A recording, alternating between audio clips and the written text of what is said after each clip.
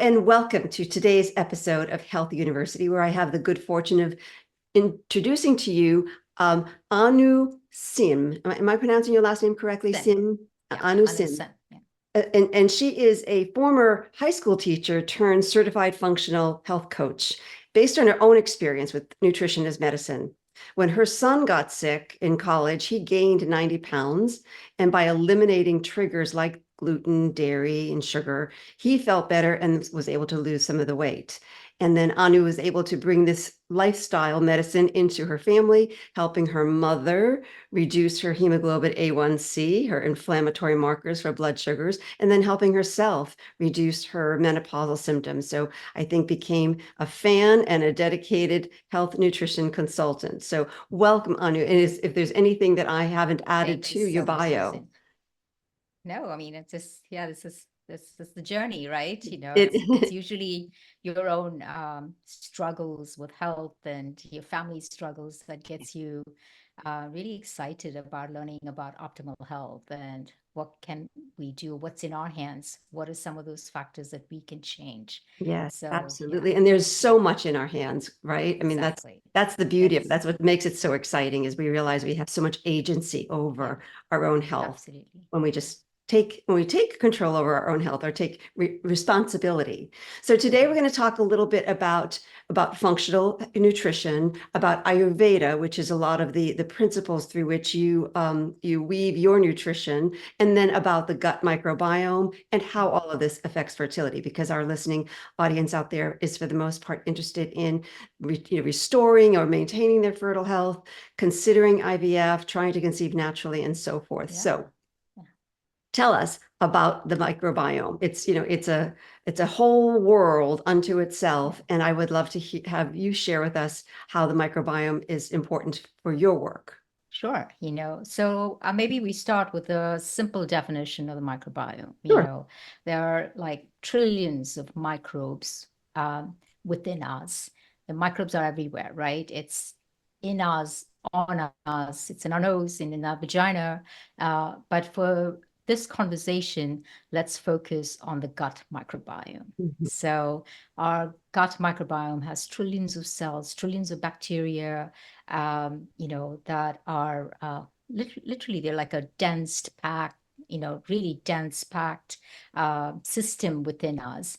And our fecal matter, for example, has like 30 to 50% of these microbes. So it's pretty interesting. And I really think of us as holobionts, holo meaning whole, bionts as an Mhm. entity.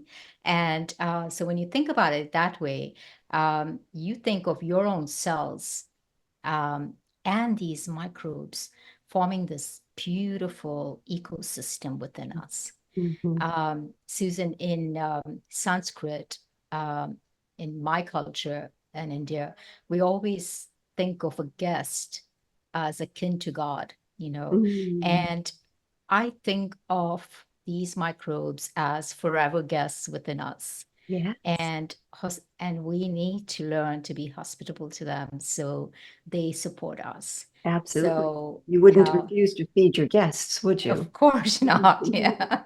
So these microbes, when you think about the gut microbiome, the first thing to remember is whatever you eat, most of it is digested. It's going through your digestive tract, and it goes to the stomach, small intestine, but eh, all of the remnants, like let's say you have fiber or fruits and vegetables, the fibrous part of it is delish for your gut microbiome. They Mhm. love it, they thrive on it, and they metabolize that, and they produce things called short chain fatty acids that are incredibly beneficial for us, for chronic inflammation, for strengthening your intestinal barrier. There's so many advantages for feeding these critters right. Mhm. So starting with that and then making that connection between microbiome and the topic that is dear to your listeners, which is fertility.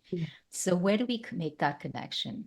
When I think of infertility or fertility, the two things that we always talk about is PCOS and endometriosis. Mhm. These are things that come up a lot with Mhm. people I speak about this.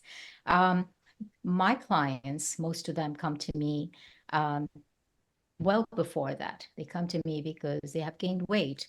They haven't really thought about fertility, but they've been diagnosed with PCOS Mhm. Or they've just had, they're aware that they're missing their periods. or missing their period Mhm. or something like that. Mhm. And so by fixing their microbiome, the whole conversation about fertility and next steps just happens organically for them. Mhm. You know, that's very interesting to me how that happens.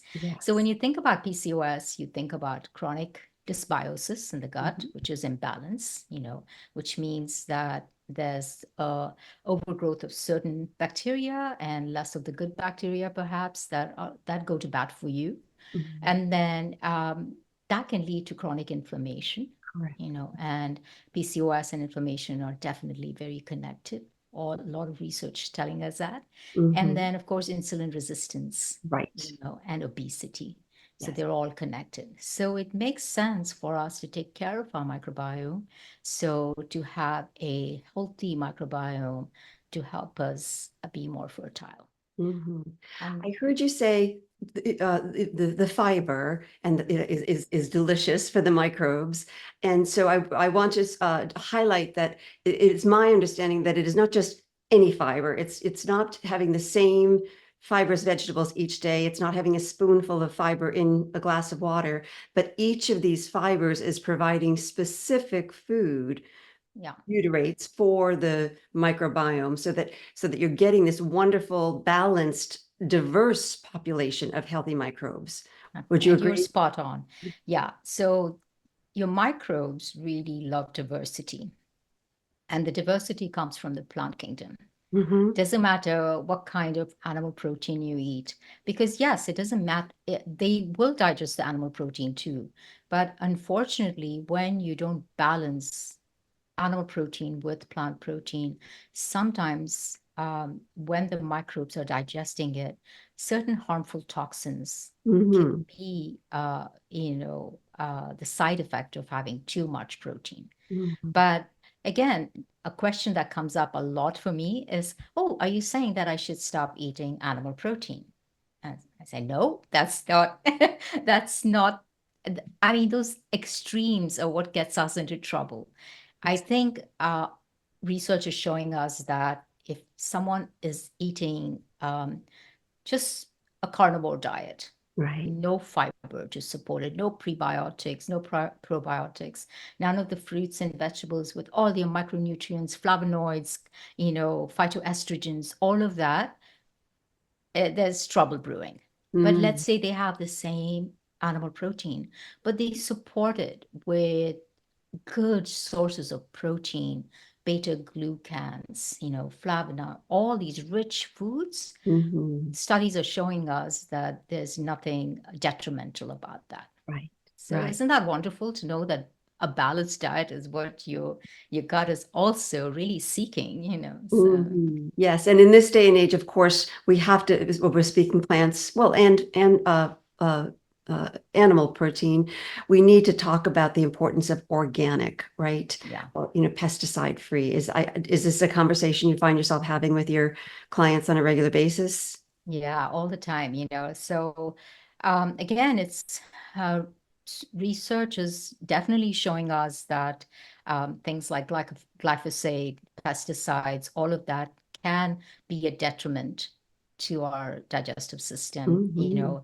So especially when someone is going through um, something like PCOS or endometriosis, they need more care. They need more because the immune system uh, uh, is compromised. So we Mhm. just need to really do everything possible to support that person. Mhm. And where does it start? It's just basics, right? Make sure that your toxin load is not too high. And so that's where the organic foods come in. Mhm. Make sure that you have plenty of fruits and vegetables, a lot of fiber, a lot of prebiotic foods. That's coming from your kimchi, sauerkraut, kefir, certain kinds of yogurt, things like that.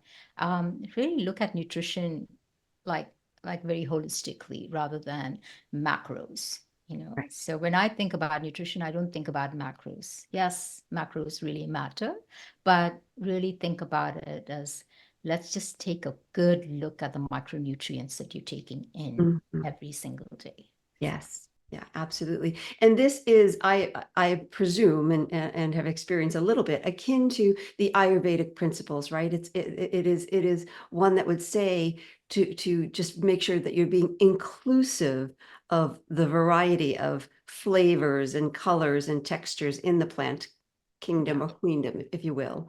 So good. so let's talk a little bit about, as I said off camera, you and I are kind of like cousins. I'm in the realm of Chinese medicine and you Yeah, in the Ayurvedic medicine, but we have a lot of similarity yeah, in our medicine and nutrition as medicine approach. yeah. So I'd love to hear more about the Ayurvedic principles as it relates to gut health and fertility. What are you telling your PCOS person to make sure she includes in her diet, make sure she stays away from, and why? Well, the interesting thing about Ayurveda, it's a lifestyle medicine. Hmm. We don't really think of it as, I think that's true of Chinese too. It is. It's Uh-huh. just so when a client comes to me with PCOS or endometriosis, the first thing I do is I ask them, what is the approach that you are excited about? Do you want to just be coached to where you want to go, or do you want more information in Ayurveda, or maybe do like a microbiome test to see where your microbiome is? It all depends on them and where they want to go on the journey, right? It's Yeah. not my journey. Yes. So some people are really excited about Ayurveda. They really want to know more. And especially when I tell them, in Ayurveda, we have body types, Mhm. Vata, Pitta, and Kapha. So if I will give them a questionnaire to find out where they are, just really for my own understanding of Mhm. who's in front of me. Yes. So someone with PCOS and like high Pitta, so I may suggest a few things, Mhm. and or Kapha, like an imbalanced Kapha could be the cause of that obesity Mhm. or the insulin resistance. So we start digging, and something happens, Susan, when when people kind of say, "Oh, maybe it's not my fault at all. Maybe it's really because of my body type. Maybe it's because of my gut microbiome." Because our society puts so much pressure on perfection, Mhm. and women come in feeling so guilty about not having, and say, "Oh, I don't have the willpower. I eat everything that I see." And they get so upset about it, that my first job is to calm them down, Right. and say, "Listen, all of these things are at play. So let's look at that instead of looking at willpower, because Right. to science now tells us that has a very small role to play in your gaining the weight." And Right. as soon as you tell them it is a metabolic syndrome, uh, things change. The conversation changes. Beautiful, beautiful. And I will sometimes be telling the PCO patient it was her grandmother who set her up for the PCO syndrome, because those eggs that became her resided in her grandmother. So, it may have been a dietary, disturbance of grandmother. And somehow that then again takes this Yeah, blame off the individual and gives them a little bit of, well, then if I didn't cause this 100% of my own due to my own lack of willpower, I can, do something to make these changes. Yeah, it's yeah, beautiful. definitely. Yeah, yeah. Hmm. Hmm.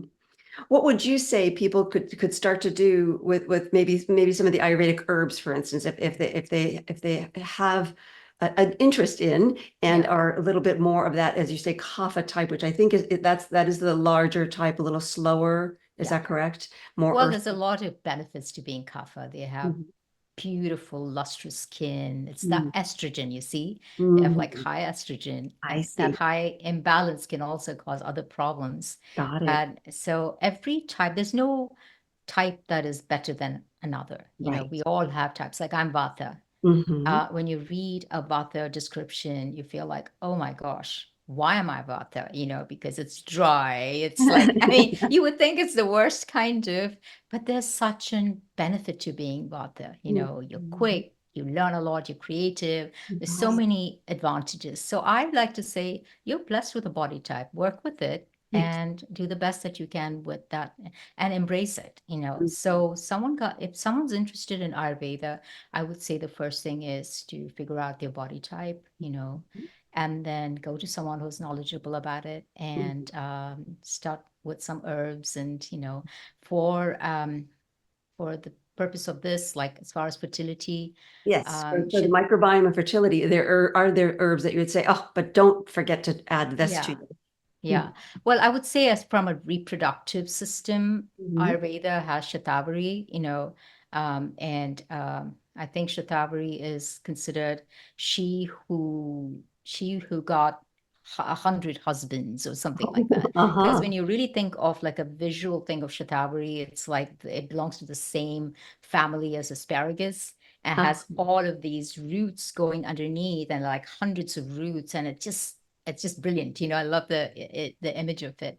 So the root is where they make the shatavari herb, and mhm. it's fantastic for the reproductive system and for both fertility and also at whatever stage in life that you are, like for example, menopause, Mhm. because it's such a good mucilagent. It really helps with vaginal dryness Uh-huh. and night sweats, hot flashes, all of that. So it's an Um, adaptogen. Is it safe to say it's it, like a I would matcha, say, an adaptogen? yeah, like, Yeah. yeah, it is. And when you really compare that, like, let's say ashwagandha. Mm-hmm. Ashwagandha is considered for the most part is a more of a male thing, you Mm-hmm. know, because when you think in Sanskrit, ashwagandha is like strength of a horse. Mm-hmm. So, but ashwagandha could be great for women as well. Really depends on when you take it, how you take it.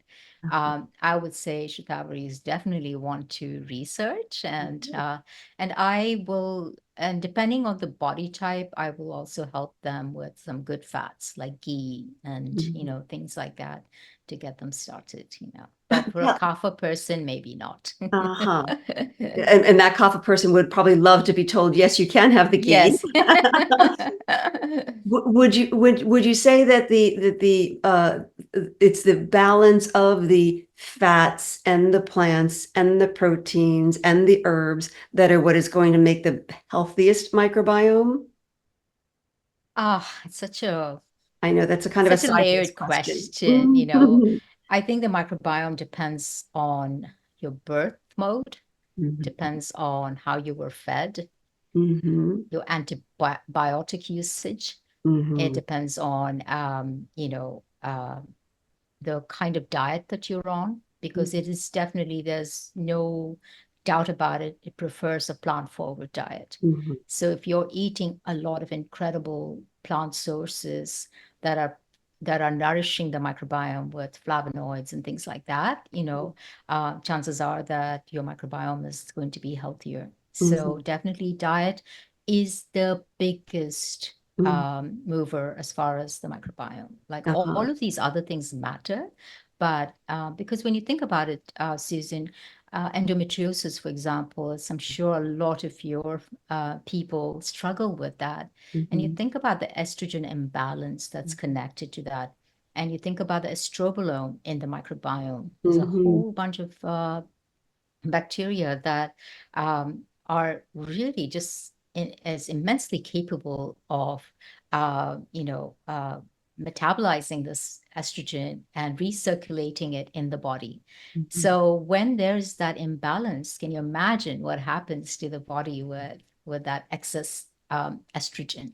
So to balance that, uh, you have to have a balanced microbiome. Mhm. So I feel like everything starts with the microbiome, you know, and so I will take that as a starting point, but I will use Ayurveda, we Mhm. use plant forward diets and all of that as good tools to balance your microbiome. And are you the kind of folk who would also supplement just almost like front load with a prebiotic or a probiotic supplement? Are you thinking no, just use food as nutrition, forget about the supplements?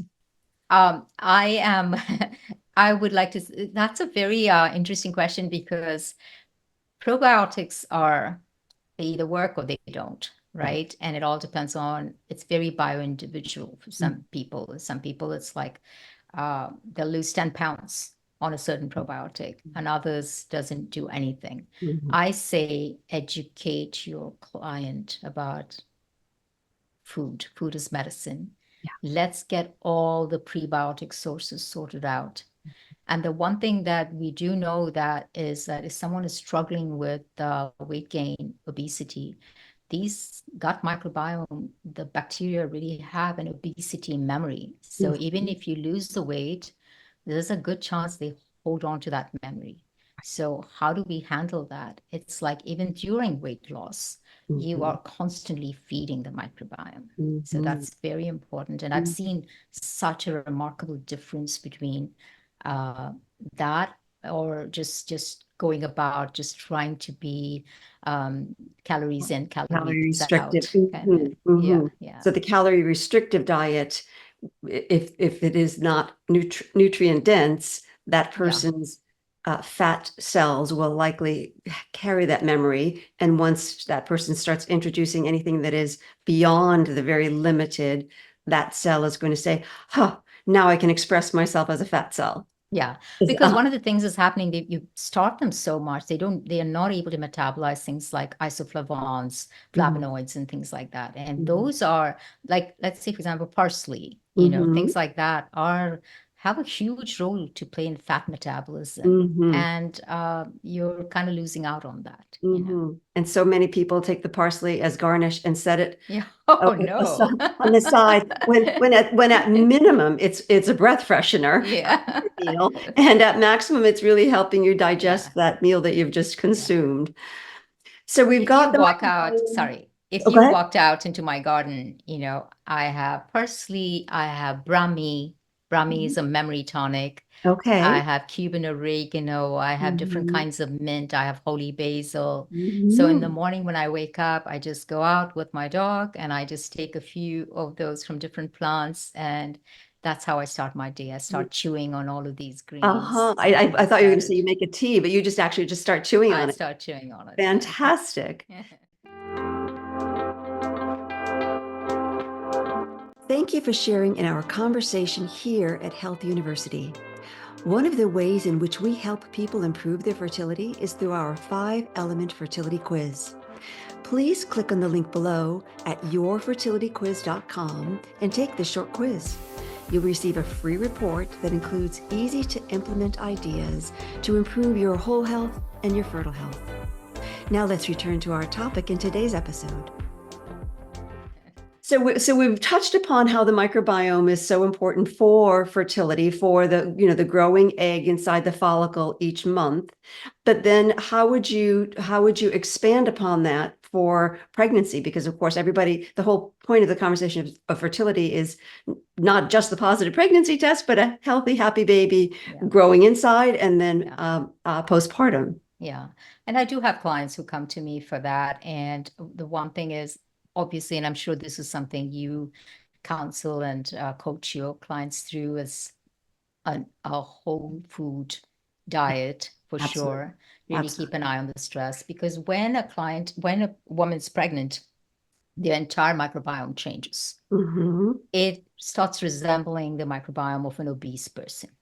Mm-hmm. So the microbial diversity changes. And all of this is nothing to panic about. This Mm-hmm. happens because they are protecting the baby, Right. and they need all of these different functions, or from different microbes. Mhm. So that happens. And so when you're pregnant, you really have like two things. From a microbial perspective, I would say omega-3, and definitely a lot of phytoestrogens, and making sure that you're getting incredible nutrients in your diet is really important. Mhm. Constipation is a huge problem during pregnancy, and that is usually uh, a gut microbiome problem, because there's Mhm. usually a motility issue, Mhm. and especially within a woman's anatomy, um, it's It- just almost like I don't think I know anyone who's pregnant hasn't gone through some kind of constipation. So Right, that's right. and from a what do you do? I mean, like, for example, we know for sure if you're already thinking about the baby and thinking, gosh, what can I do to protect this baby, that they have the best microbiome, then Mm. I would say really kind of try your best to have a vaginal birth. Yes. Sometimes it is beyond our control, Right. If it is for a medical reason, you have to have a C-section, I'm going to give you some tips, That's but a vaginal, the difference, I have two kids, my daughter and my son, completely different as far as the kind of problems they've had. My mhm. C-section had an incredible amount of sinus and mucus. I mean, he Mm, had to take a lot of antibiotics, mm, ended up with having obesity issues and things mm. like that. And my daughter sailed through all of that, So Interesting. I see this so much, and there's so many studies supporting that. Yes. Yeah. So definitely, I would say vaginal birth is great. And Right. then once the baby arrives, and if it happens to be a C-section, like it did in my case, Mhm. we didn't know this in those days, but now even researchers like Rob Knight, they actually take the vaginal microbiome uh, and swab the baby Mhm. with it so they are protected. Yeah. So Yes. there's a quite a bit of research around that, so Mhm. it's pretty interesting. Yeah. I would definitely do it for any family Absolutely. member. Yeah. And I think it's pretty much common practice up here in the San Francisco Bay Area. If someone needs a C-section, and it's mostly the mother who is sort of predetermined, predetermined with her doc that if it needs to be C-section, that she does want the baby swabbed with the vaginal microbiome so that to give the protection Yeah. from the moment of birth. Yeah. Yep, yep, all around in all the And then, of orifices. course, breast milk, Yeah. there's nothing as, I mean, if you think about the best probiotic, that's breast milk, So, Colostrum. and Mhm. a little bit of breast milk and a little bit of, no, just breast milk, Yeah. just Yeah. that would be great. Yeah. But if it doesn't work, then, we do I mean, they're trying really hard these days to Right. have better and better options for people. So, Right. yeah. Right. Right. But you're right. If you can, then breast milk is incomparable in its Yeah. Yeah. ability to provide nutrient dense food and immune support Yeah. to this nursing baby. And of And then course, when that you milk is going to start, be as healthy as you are. Well, so this right. is not the time to maybe think, okay, I'm nursing, so I have extra calories to burn, so I'll have two donuts instead of two eggs. Yeah. Yeah, that's a good time, like where Ayurveda comes in. We have certain herbs that we use for lactating, like dill, Mhm. certain herbs that which really helps with lactation. So it's Mhm. pretty interesting how it's Mhm. just this blending of the old and the new. I love that the Yeah, old is coming back into respect because for so long it was sort of almost shunned as being right. silly when it had been common Yeah, medicine for thousands of years. So yeah, to now have the science showing, yeah. what life has always shown us to be true. It's I'll tell you, today we know that there's certain vegetables like cruciferous veggies that are really high in sulforaphane, right? Mhm, Which is anti-cancer and all those good stuff. mhm. I remember my grandmother making cruciferous, like a cabbage stew with a lot of mustard on top of it, like black Mm, mustard, and mhm. and now we know that mustard has an enzyme called myrosinase, and cabbage has glycoraphanin. And when you chew on these stew, you produce a sulforaphane. Yes. So my grandmother did have the wisdom, Mhm. that we took for granted, Right, So, right. And it was knowledge from observation, right? So they yeah, didn't necessarily have the scientific correct. Yeah, biological breakdown, but they knew from tradition and observed through generations. Well, when someone is not feeling not feeling well, we give them this. When someone is too hot, we give them that. And when we eat with the seasons is another that Oh, they had that's to, right? And that's very also, much in Chinese and yes, eat with the seasons. And that's where the prebiotics and the fermented foods come in handy because, of course, you know, uh, lettuces should not be available to most yeah, parts of the world yeah, in the colder weather. But now we've got the luxury of having it at all times. So we forget that yeah. that there's a benefit to having these fermented foods as well, that they really feed the microbiome. Yes, they do.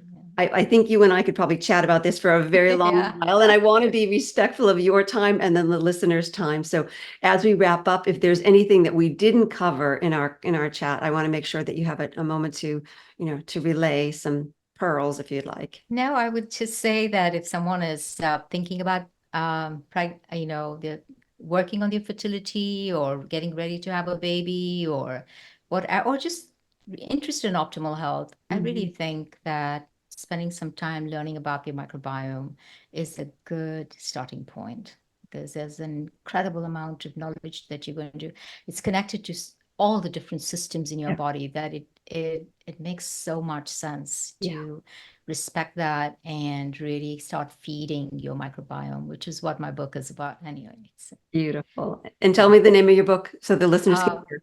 yeah, my book is called Feed Your Microbiome to Flourish. Feed to Flourish. That's Yeah. beautiful. We'll So make sure I that kind of that's in come up the show with a notes as flourish well. diet. Mm. Yeah. I'd like to make sure that everybody gets to click through and have access to the book. We'll put it in the show notes as Thank, well as a link to your website. thank you, Susan. Oh, my pleasure. I knew it was really fun to chat It's, with you and to it get to know you was. better and to get to learn from you.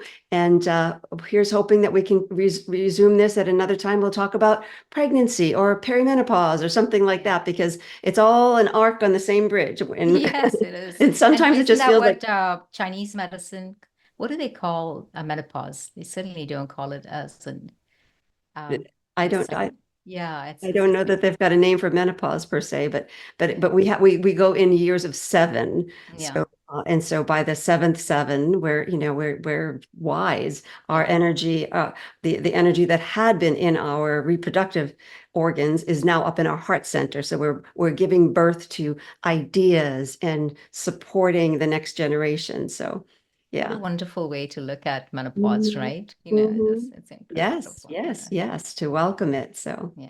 Well, thank you for your time. Thank I you. really appreciate it. Listeners, thank you for your time. We really appreciate it. And as we say often at the end of our Health University podcasts, class dismissed.